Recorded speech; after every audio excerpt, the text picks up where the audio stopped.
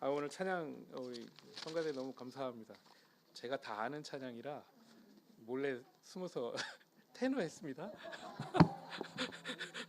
한 분이 계신데 10분이 계시는 것 같은 느낌으로 들어서 귀한 찬양 너무 감사합니다. 오늘 박용진 목사님 특별히 여러분의 그 사랑으로 지금 쉬고 계시잖아요. 얼마나 감사한지 모르겠습니다. 네, 목사님 쉼이 분명히 필요합니다.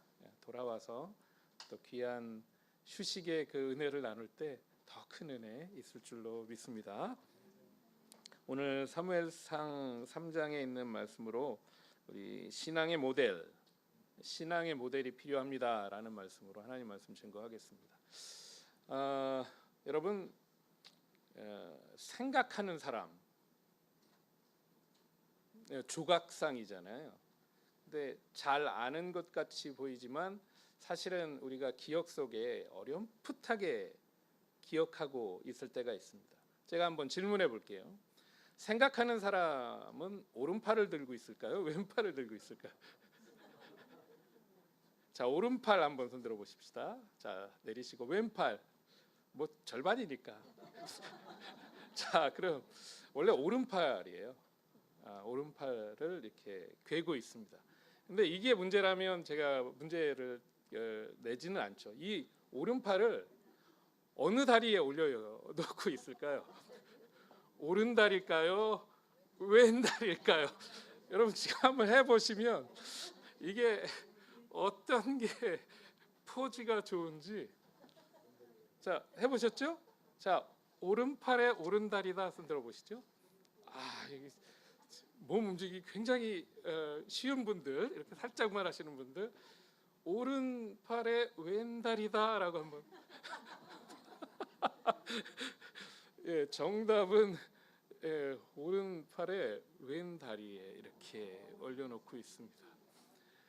분명히 예배 끝나고 찾아보실 분들이 있어요. 지금 찾아보시지 말라고 미리 말씀드립니다. 이렇게 하면서 생각하고 있는 사람. 원래 생각하는 사람은 1880년대 작품으로 제목은 시인이었어요. 시인. 그런데 시인이 어떤 상황에서 그 시인이라 붙여졌느냐? 단테의 신곡 중에 지옥편에 그 지옥편을 그리기 위해서 이 로댕이 지옥의 문이라는 큰 조각을 만듭니다. 그 지옥의 문 안에는 인간 군상들이 여러 가지 염려와 기쁨과 또 두려움과 분노의 그 다양한 얼굴의 모습들을 조각해 넣어 있거든요. 그런데 그 지옥의 문을 향하는 그 인간의 모든 감정들을 그 지옥의 문 맨 위에서 이 시인이 사람을 바라보면서 죄 가운데 지옥으로 들어가고 있는 삶의 모습을 그리고 있는 거예요. 그 지옥의 문을 바라보고 있는 그 시인의 그 모습을 하나 더 본따서 크게 형상화한 것이 우리가 알고 있는 생각하는 사람, 그 로댕의 작품이라는 거죠. 학교 때 시험 볼 때는 이런 것까지는 안 배우고 우리는 뭘 시험을 봅니까? 미술 시간에 생각하는 사람의 작가는 누구인가 하고서 우리가 정답을 단답식으로 찾아내지 않습니까?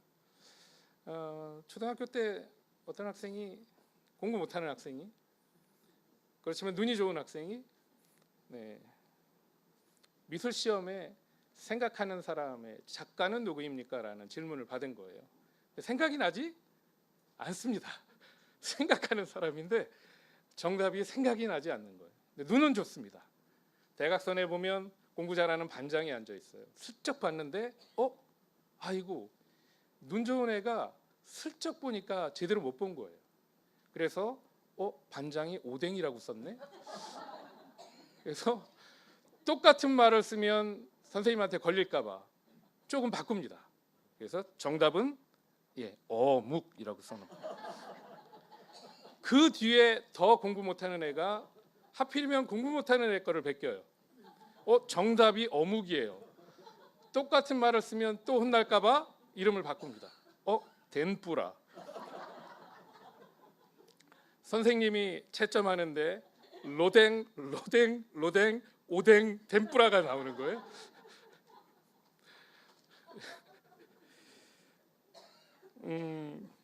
여러분, 우리 시대를 바라볼 때 보아야 할 것을 보지 못하고 또 보지 말아야 할 것을 잘못 보는 그런 왜곡된 모델을 우리가 추구하면서 삽니다. 영어의 모델은 사실 본보기라는 말입니다.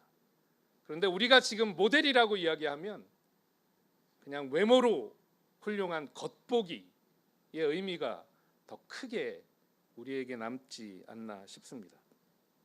그런 의미에서 우리의 신앙의 모델, 우리의 삶의 모델, 그리고 우리의 선교와 우리 교회의 모델은 무엇이고 누구인가? 특별히 신앙인으로 우리 평생을 살아가는데 우리의 신앙의 모델은 누구를 바라보아야 하는가? 그런 관점에서 오늘 여러분에게 소개해드리고 싶은 사람이 바로 오늘 주인공인 사무엘입니다. 이 자리에 혹시 샘 있습니까? Is there the Sam here?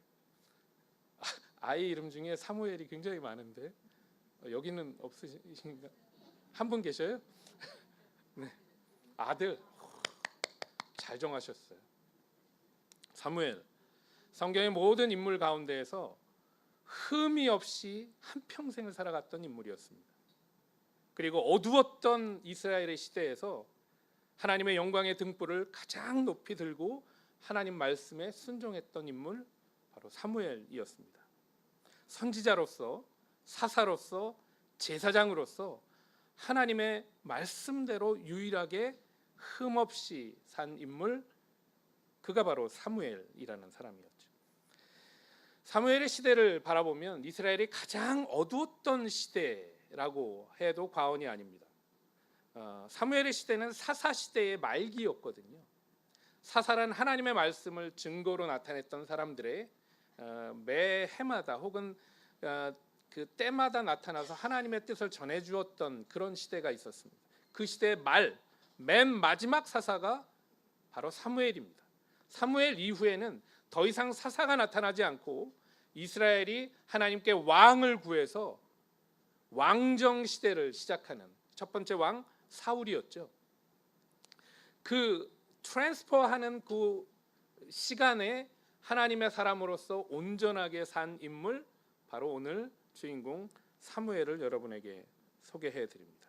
사사기 1장에서 21장을 가보면 그 시대의 어두운 군상들을 단적인 표현으로 반복되는 사이클로 계속 나오는 말들이 있어요.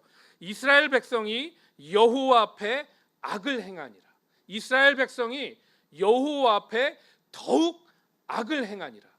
이스라엘 백성이 여호와께 범죄하니라.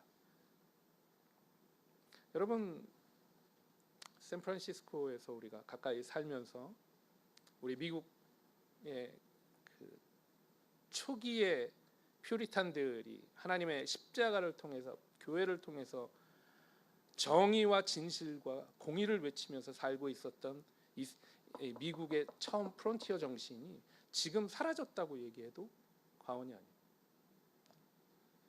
각자 이야기하지만 진리라고 이야기할 수 있는 사람들이 없습니다. 진리라고 외치지만 사실은 상대편에게는 욕을 먹는 일들로 서로 같이 싸우고 있는 우리 사회를 바라볼 때 이스라엘 백성이 하나님 앞에 악을 행하니라. 이 모습이 늘 제 마음에 남습니다. 사사가 죽고 난 이후에는 그 열조보다 더 패악해져서 사사기 250년에서 300년의 기간 동안 이 타락의 사이클이 점점점 아래로 역사의 하얀 길로 떨어지고 있었던 것이 사사기의 그 마지막 현실 가운데 나타난 그 인물이 바로 오늘의 주인공 사무엘이라는 사람입니다. 이 시대의 마지막 단계에 우리 아들 사무엘의 원조 사무엘이 서 있었다는 것이죠. 이런 시대적 상황에서 여러분 어떻게 하나님의 사람이 하나님의 뜻을 온전히 살아갈 수 있을까요? 그것이 우리에게 교훈이 되었으면 좋겠습니다. 사무엘의 인생을 바라보면 1장에서 3장까지 그리고 8장까지 그의 생애가 요약되고 있습니다. 그 요약되는 생애 가운데 첫 번째 교훈이 되는 모습이 있다면 사무엘은 환경의 영향을 초월해서 그의 인생을 살아냈다는 것입니다.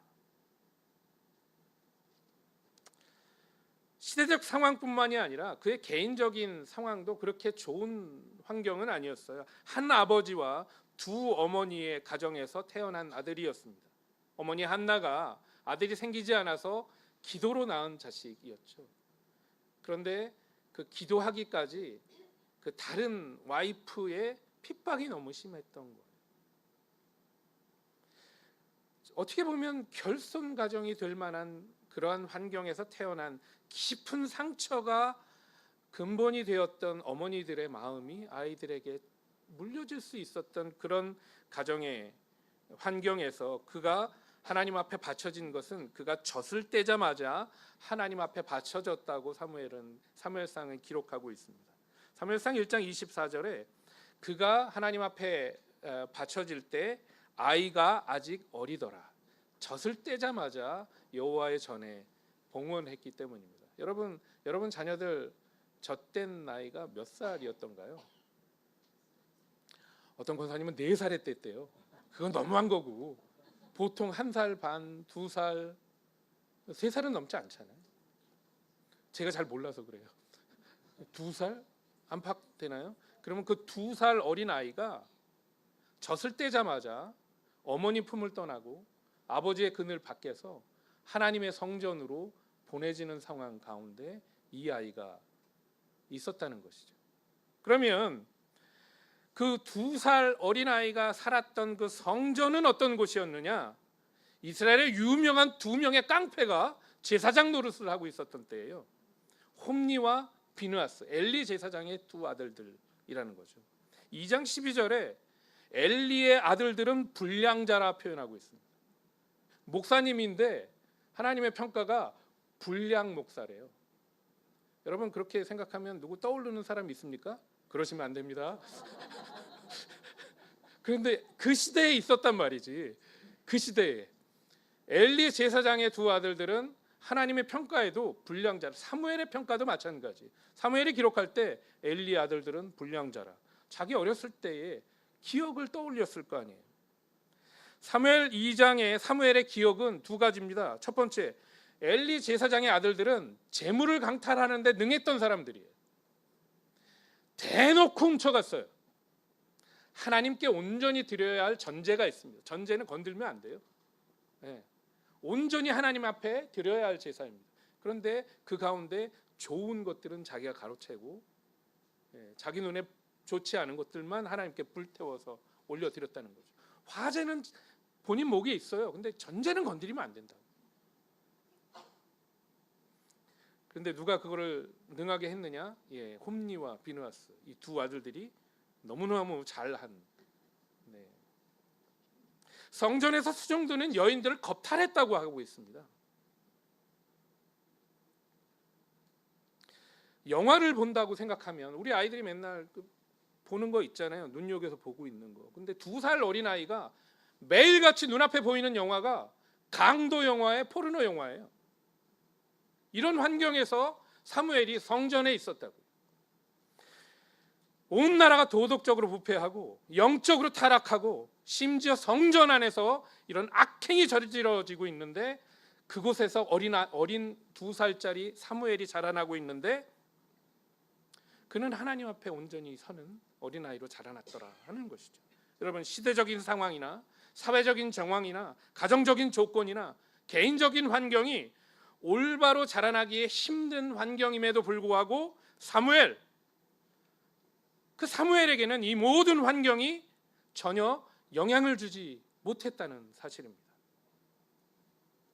그런 의미에서 보면 여러분 하나님의 사람은 시대와 환경에 영향받지 않고 하나님을 볼 수 있는 사람이어야 한다는 것입니다. 그리고 시대가 아무리 악한 것으로 달려가고 있다 하더라도 하나님을 의지하고 하나님을 뜻에 쫓아 살아가는 사람이 바로 하나님의 사람이라고 이야기할 수 있을 것입니다. 우리는 그릇된 신화를 믿고 사는지는 모르겠습니다. 인생의 성공과 실패는 환경의 영향을 받는다. 그래서 어머니 아버지들, 내가 못 누렸던 것들 우리 아이들은 누리게 해드리기 위해서 얼마나 노력하고 계십니까? 좋은 환경으로 나보다 더 좋은 사람 되기 하기 위해서 우리가 얼마나 우리 자식들에게 내가 한 것 이상으로 부어주고 있는지 모릅니다. 그런데 여러분, 좋은 환경의 사람은 그러면 다 잘 되던가요? 그러면 목사님 아들, 장로님 아들들은 다 하나님 앞에 올바로 서야 되는데 그게 참 어렵지 않습니까? 하나님을 바라보고 사는 사람의 본질이요, 환경을 극복하며 역경 속에서 꽃을 피울 수 있는 능력의 사람들이라는 것입니다. 이것이 중요합니다. 왜냐하면 우리의 실상이 그러지 못하고 있기 때문이 아닌가 싶습니다. 그래서 우리 기독교를 그냥 믿음의 종교라고 얘기하지 않고 조롱하면서 기복신앙이라고 얘기해요. 기복신앙. 지난주에 우리 한국에는 수능이라는 시험을 거쳤습니다. 여러분들은 모르실 거예요. 수능 세대가 여기 계시네요. 몇몇 분들은 제가 학력고사 마지막 세대입니다. 제 이후는 수능 세대이시니까 저랑 나이 차이가 이렇게 가늠이 되실 거예요. 수능 때가 되면 교회에 현수막이 붙습니다. 중고등부 수능 기원 100일 기도회. 누가 나옵니까? 애들은 공부해야 돼요. 엄마들이 다 나오세요. 정말 열심히 나오십니다. 100일 동안 기도하시죠. 동일한 시간에 절에도 붙어요. 수능 100일 기원 불공 이렇게 해가지고 절에서도 계속 불공하시고 교회에서도 수능 잘 보라고 이렇게 기도회를 합니다. 어머님 마음은 이해하는데 여러분, 기도하면 공부 못하는 애가 공부 잘해야 됩니까? 예수 믿으면 우리의 사업은 성공해야만 할까요? 공부 잘해야 하고 건강을 회복해야 하고 우리 환경은 좋아져야 예수 믿는 증거라고 우리가 믿고 살았다면, 여러분 오늘 사무엘이 보여주는 삶의 모습은 그럼에도 불구하고 내가 하나님을 신뢰하겠습니다라는 믿음을 보여주고 있다는 사실입니다. 빌립보서 4장 13절은 사도 바울의 고백이죠.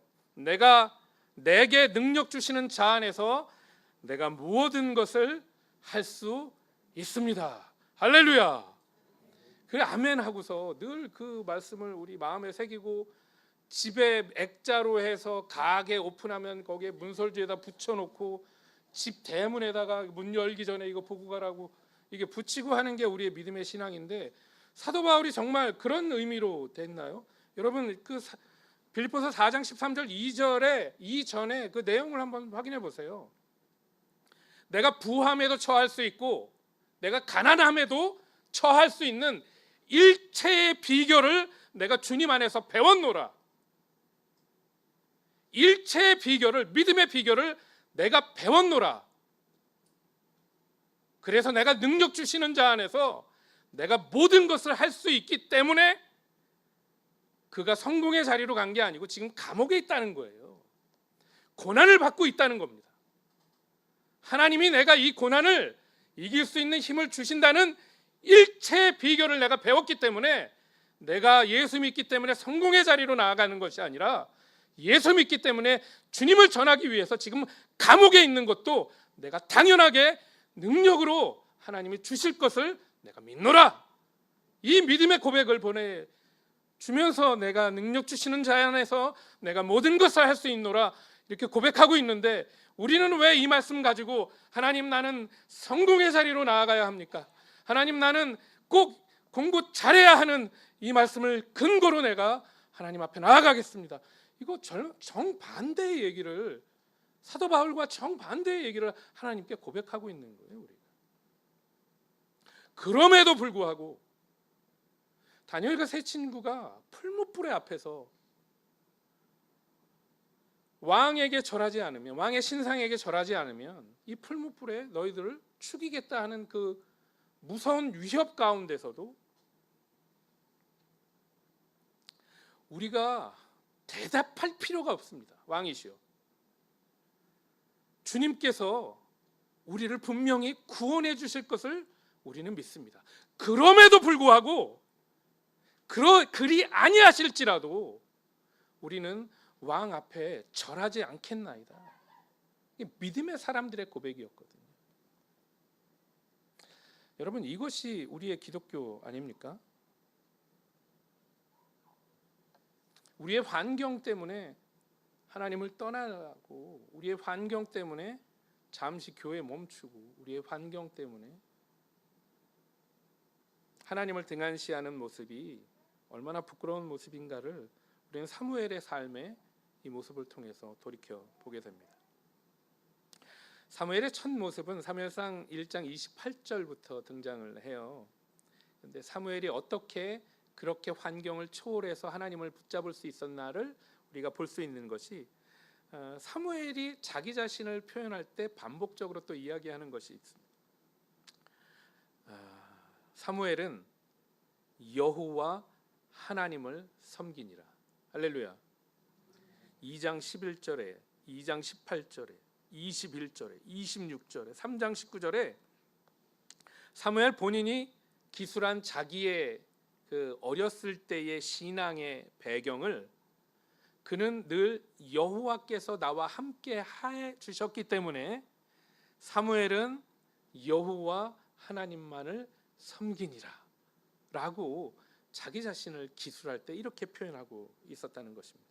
여러분, 환경을 극복할 수 있는 사무엘의 비결이 무엇이냐고 물어보신다면, 저는 자기의 능력이 아니라 여호와 하나님의 은혜 때문이다라고 말씀해 드리고 싶습니다. 여호와 하나님께서 어린 사무엘을 보호해 주셨기 때문에 그 시대적인 죄의 그 흐름 가운데서 그 어떤 것도 사무엘의 삶을 침범하지 못했다는 것입니다. 여러분, 올 여름은 그렇게 덥지는 않으셨죠? 이 동네는 참 좋은데요. 저희 동네 되게 더울 때가 있거든요. 뭐 더울 때는 에어컨을 켜야 돼요. 근데 이쪽 집안 저기 권사님들 여쭤보면 우리 집엔 에어컨이 없어요라고 하시는데 얼마나 감사한지. 그만큼 날씨가 좋다는 거잖아요. 근데 여기 조금만 떨어지면 여름에 100도 올라가요. 100도가 언제인지 여러분, 사우나에서만 느껴지셨던 그게 여름에 간간히 찾아옵니다. 그러면 어떻게 할 수가 없어요. 그런데 뭐를 해요? 집에 에어컨이 있어요. 에어컨 1단, 2단 이렇게 딱 켜놓으면 여름 견뎌낼 만합니다. 밖에 어떠한 인디안 서머니 뭐니 이렇게 다가와도 에어컨 있는 집은 괜찮아요. 조절해서 시원하게 살아갈 수 있거든요. 주님의 은혜가 마치 죄의 그 열기를 이겨낼 수 있는 우리의 영적인 에어컨 같아요. 주님의 은혜가 우리를 보호하실 때 여러분, 그 어떤 우리 사회의 이 영적인 타락이 우리 교회에, 우리 가정에 침범하려고 하려고 해도 주님의 그 보호의 에어컨 하나 틀어놓고 있으면 여러분 살아낼 수 있다는 것입니다. 사도 바울의 고백이에요. 나의 나된 것은 오직 하나님의 은혜로라. I am what I am by the grace of God. 여러분, 우리가 배워야 할 것은 오늘 성가대 찬양이 딱 맞게 은혜 아니면 나 살지 못하네. 은혜 아니면 나 서지 못하네. 이 고백이 우리 마음 가운데 하나님의 은혜를 사모하고 하나님의 은혜만을 기다리면서 살아가는 우리 삶에 하나님이 주시는 가장 큰 은혜가 될 줄로 믿습니다. 하나님을 향한 갈망이 우리 마음속에 생길 때 여러분, 우리는 다시 살아날 수 있음을 저는 믿습니다. 병원에 가서 임종을 앞두고 의사 선생님들이 하시는 말씀들이 보통은 곡기를 끊으셨다 말씀을 해주세요. 그러면 아무런 갈증도 아무런 배고픔도 느끼지 못하시고 음식을 삼키실 수 없다고 표현합니다.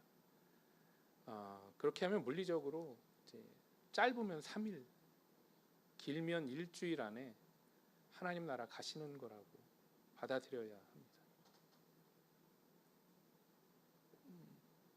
그런데 여러분, 그 아픔 가운데서 갈증을 느끼고 물을 마실 수 있다? 배고픔이 생겨서 내가 무언가를 먹을 수 있다? 그러면 그 사람은 다시 살아날 수 있대. 우리 마음속에 여러분 늘 무엇이 채워져 있나, 마음의 이 상자 안에서 하나하나 내 생각들을 꺼내어 보면 하나님 이외에 가득 찬 것들이 너무 많아요. 예배 끝나고 뭐 먹지? 이렇게 꺼내고, 권사님이랑 어디 가지? 쭉 꺼내놓고, 심지어 주일날 예배하러 오는데 오늘은 프린트 잘해야 되는데, 오늘 악기는 이 셋업을 해야 되는데, 그 꺼내놓고 우리가 예배하는 원인, 그 이유를 하나님 앞에 둔다면, 내가 오늘 하나님이 필요했나? 내가 오늘 심지어 예배하러 오는데 나에게 주님의 은혜가 필요한가? 그 갈증을 느낄 수 있는 영혼들이라면 여러분 다시 살아날 수 있는 CPR을 통해서 다시 살아날 수 있는 우리가 될 수 있을 줄로 믿습니다. 오늘 말씀은 이게 다입니다. 사무엘의 일생을 돌아보면서 전체는 아니지만 여러분 그의 일생이 하나님 앞에 어떻게 시작됐으며 어떻게 끝나는지 우리는 사무엘서를 통해서 충분히 배웠습니다. 그리고 다시 돌아보건대 그의 일생이 다른 사람과 같지 않게 흠없이 산 유일한 사람이다. 생각해보면 참 귀한 삶을 살았구나. 우리 아들 이름 잘 지었구나. 이런 생각을 하게 될 만큼 우리의 신앙의 모범이 되는 우리의 모델이 됩니다. 여러분 그 사무엘의 인생 가운데 그 어떤 영적인 타락함에 영향을 받지 않았던 유일한 이유, 그리고 그가 늘 하나님 앞에 온전히 설 수 있었던 유일한 이유는 그 마음속에 늘 하나님을 모시고 살았다는 것이고, 날마다 하나님을 향한 갈증, 그 목마름이 마치 사슴이 시냇물을 찾듯이 내 영혼이 주를 갈망하며 하는 이 다윗의 고백처럼 그 삶 가운데 나타났고 있었음이 아닌가 싶습니다. 우리 심포니 교회 성도 여러분, 우리 모두가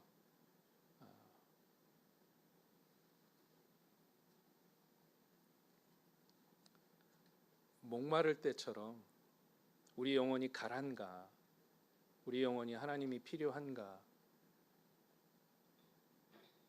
곡기를 끊지 마시고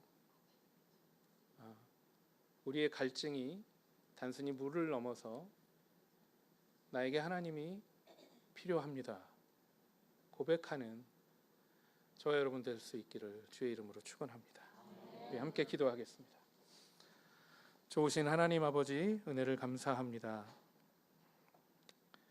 우리 마음속에 하나님을 향한 갈증을 돌아봅니다. 하나님, 내가 주님이 목마른데, 주의 말씀이 배고픈데 엉뚱한 것으로 채워놓고 내가 비만하여 세상에 살고 있는 것이 아닌지 하나님, 우리를 지켜 주시옵소서. 우리의 갈증이 되시는 여호와 하나님의 그 선하심과 인자하심이 우리 삶을 덮어주시고 또 날마다 우리가 주의 은혜 안에서 살아가면서 서로 연락하며 교제하는 아름다운 우리 심포니 교회의 모든 권속들 될 수 있도록 축복하여 주옵소서. 예수님의 거룩하신 이름으로 감사하며 기도 올리옵나이다. 아멘.